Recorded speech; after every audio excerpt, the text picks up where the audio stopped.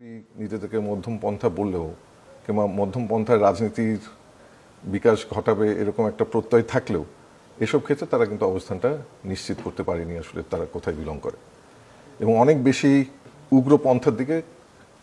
ওদের নিজেদের মধ্যে কারোর মধ্যে উগ্র পন্থার প্রতি একটা যে ঝোঁক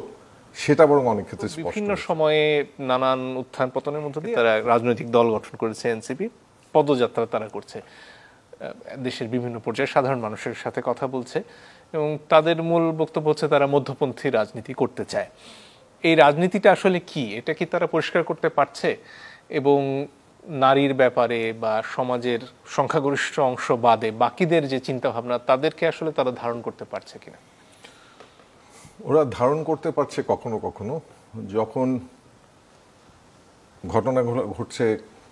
এবং যে ঘটনার শিকার তারা নিজেরা হচ্ছে। যখন এনসিপির কোনো নারী নেতৃত্ব এই ঘটনাগুলোর শিকার হচ্ছে, বিশেষ করে এই যে মবিটিক্স কিংবা নারী নেতৃত্বকে আমরা দেখছি ভার্চুয়াল জগতে কিভাবে আক্রমণ করা হচ্ছে, কিন্তু তার আগ পর্যন্ত তারা কিন্তু তাদের অবস্থানটা স্পষ্ট করছে না। তারা মধ্যপন্থা বলছে, কিন্তু মধ্যপন্থা হতে গেলে মতাদর্শিক অবস্থানটা ওরা বলতে পারে যে আমাদের কোনো মতাদর্শ নেই, কিন্তু আমি যদি বলি আমি মানুষের সাথে আছি তাহলে এটাই কিন্তু আমার একটা মতাদর্শ। গুরুত্বপূর্ণ হচ্ছে যে এইসব জায়গায় বিশেষ করে যখন মাজার ভাঙলো,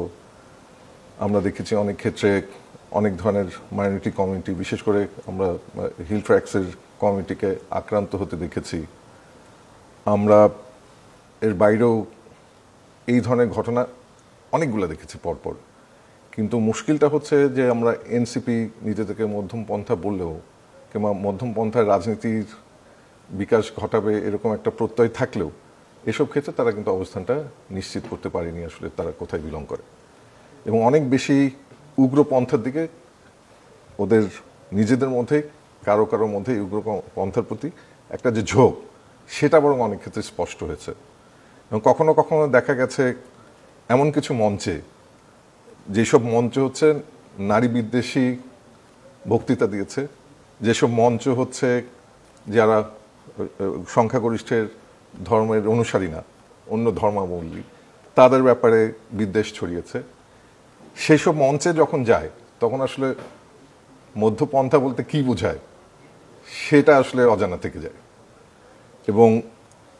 আরও বিষয়টাকে আরও কিছু ক্ষেত্রে বিতর্কিত করেছে। বিশেষ করে এমন কিছু মঞ্চে যাওয়া যে মঞ্চে থেকে এর আগে কখনো বলা হচ্ছে কওমি জননী, কিংবা কখনো সরকারের পক্ষ থেকে রেলওয়ে জমি পেয়েছে, অনেক বিতর্ক তৈরি করেছে, সেসব মঞ্চেও কিন্তু দেখা যাচ্ছে তাদের কাউকে এবং সেগুলো আসলে মধ্যম পন্থার যেই উপাদানগুলো থাকা উচিত সেই উপাদানগুলো কিন্তু নিশ্চিত করে না। এবং এটা কেন ঘটেছে, ঘটার রিজন হচ্ছে বিশেষ করে মানুষকেন্দ্রিক না হয়ে, যেটা বিশেষ করে মানুষের আকাঙ্ক্ষাটা কী ছিল, মানুষের আকাঙ্ক্ষাটা ছিল এবং এই গণঅভ্যুত্থানের আকাঙ্ক্ষাটা ছিল যে সনাতনী রাজনীতি, যেই রাজনীতি মানুষকে দূরেই ঠেলেছে রাষ্ট্র থেকে, সরকার থেকে, সেই রাজনীতির বিপরীতে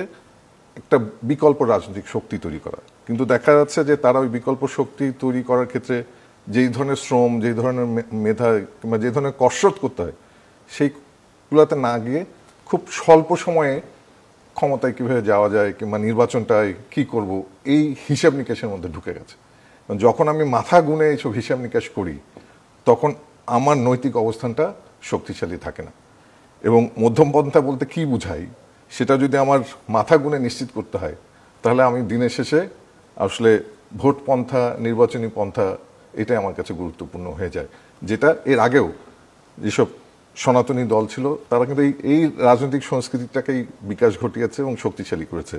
কিন্তু মানুষের আকাঙ্ক্ষা যে ছিল একটা বিকল্প রাজনৈতিক শক্তি এই সনাতনী ধারার বিপরীতে, সেইটা আসলে স্পষ্ট করতে পারিনি, যার ফলে এখানে মানে নিজেদের উপর আক্রমণ হওয়ার আগ পর্যন্ত তারা কিন্তু এই সব বিষয়ে কখনোই স্পষ্ট অবস্থা